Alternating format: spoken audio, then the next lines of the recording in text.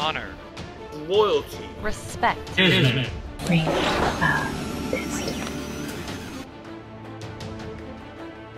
Hello, this is Overseer Kismet back again with an updated guide to Fallout Shelter. Let's go ahead and just dive right in.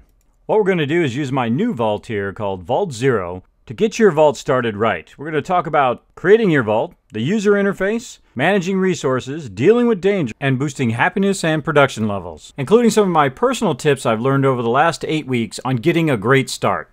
Now I'm going to start you up with a tip right away. As the Overseer, you're going to need to think about how you're going to build out your rooms. Rooms are set up in 1, 2 rooms merged together, or 3 rooms merged together.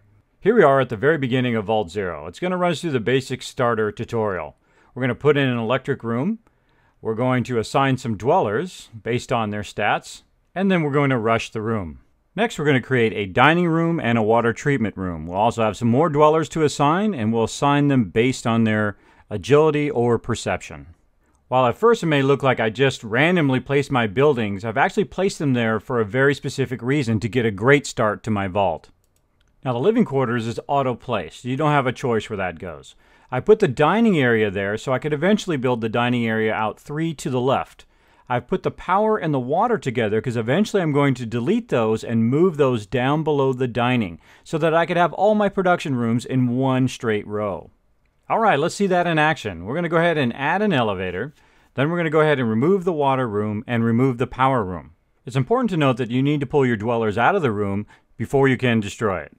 I'm then going to add the power room underneath the dining room. This way, if I do lose power, the dining room above and eventually the water room below will not lose power, and anything far away from it will, such as a living quarters, storage, or training room. Now I added another elevator, and I'm also adding a water treatment here at the very bottom, and I'm off to a fantastic start. The reason why it's such a great start is I can now build all 3 production rooms to the left, fully out without being blocked by other rooms. This is an incredible advantage at the very beginning. Not only can I build out to the left and combine 3 rooms together to create a big room, also in my living quarters I can build it out to the right, 3 wide, to accommodate more dwellers. At the bottom of the screen you'll notice I finished an objective. That's going to give me more caps so I can rearrange my vault early on. Another thing I'm going to do here is go ahead and recall this lady that I sent out to the wasteland so I can get that objective done. And then I'm going to start to work away on my vault. Now before we get too far, let's just take a quick look at the interface. Starting from left to right, we have the dweller list. You just tap on that, it'll pull up a full list of all your dwellers. Next is your happiness of your dwellers in the vault. Go ahead and tap that, and it will also tell you your production bonus. You want to keep that happiness as high as possible to make it easier on you as the Overseer. Then across the top we have our power, food, and water levels, including the failure line. Very important to watch out for that line. Then we have our caps. Then off to the right we have our build or upgrade room. It'll turn into an arrow when you can actually upgrade the room. In the bottom right corner we have the Pip-Boy. And starting here at the top we have the collection and shop, objectives and daily report. We have our storage, which shows us our weapons, outfits, the amount of stem packs that we have, and amount of rataways. Next we have our survival guide and help, and our settings. At the very beginning of your vault, you're already set up in a state of equilibrium. You're making enough of each thing to provide for everybody in the vault. Now you will get a bunch of dwellers in the beginning, and some of them will have certain stats that are better than other stats.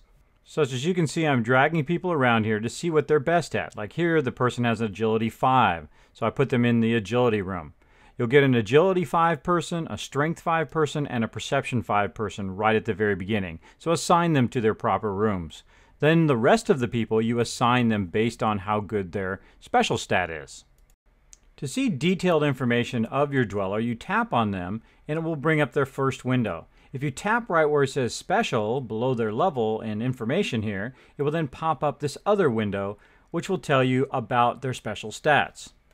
It'll also show you what special means. Special stands for strength, perception, endurance, charisma, intelligence, agility, and luck. Each stat has an effect on the dweller's ability to perform in your vault. If you bring up a person's strength, they will be better in the power rooms. They'll produce faster.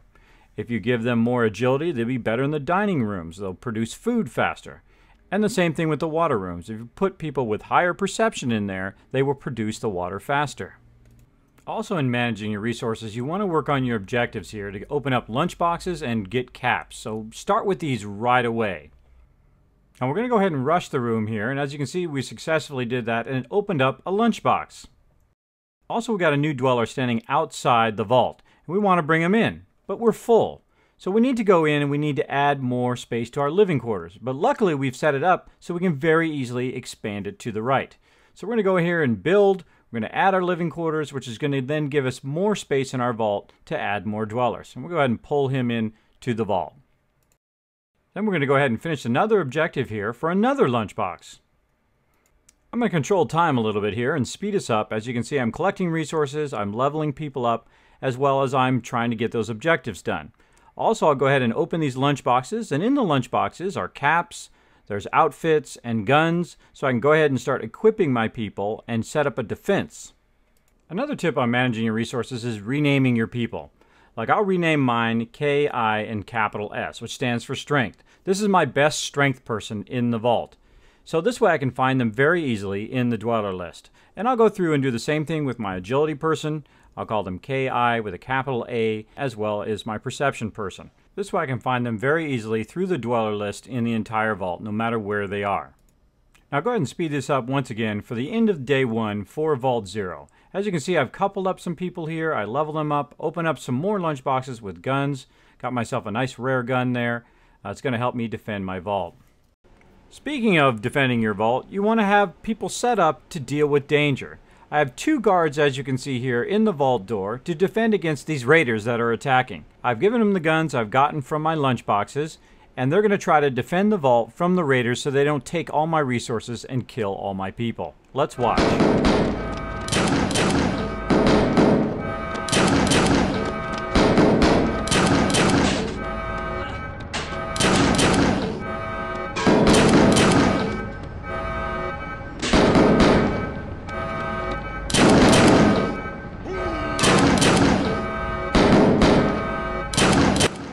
Notice that we killed 2 of them, and the other one has run off to the room to the right.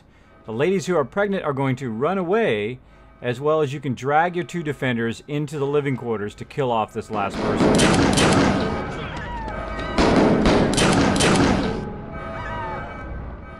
And that's how, in the very beginning of your vault, you can actually set up a defense against dangers. To make your job easier as the overseer, you want to couple people up with the lowest happiness. You find 2 people who are at 75% happiness and you put them in the living quarters, and eventually they will couple up. Their happiness will then raise to 100%, giving you a huge boost in your production bonus. To see your production bonus, just go ahead and tap right at the very top where your happiness level is.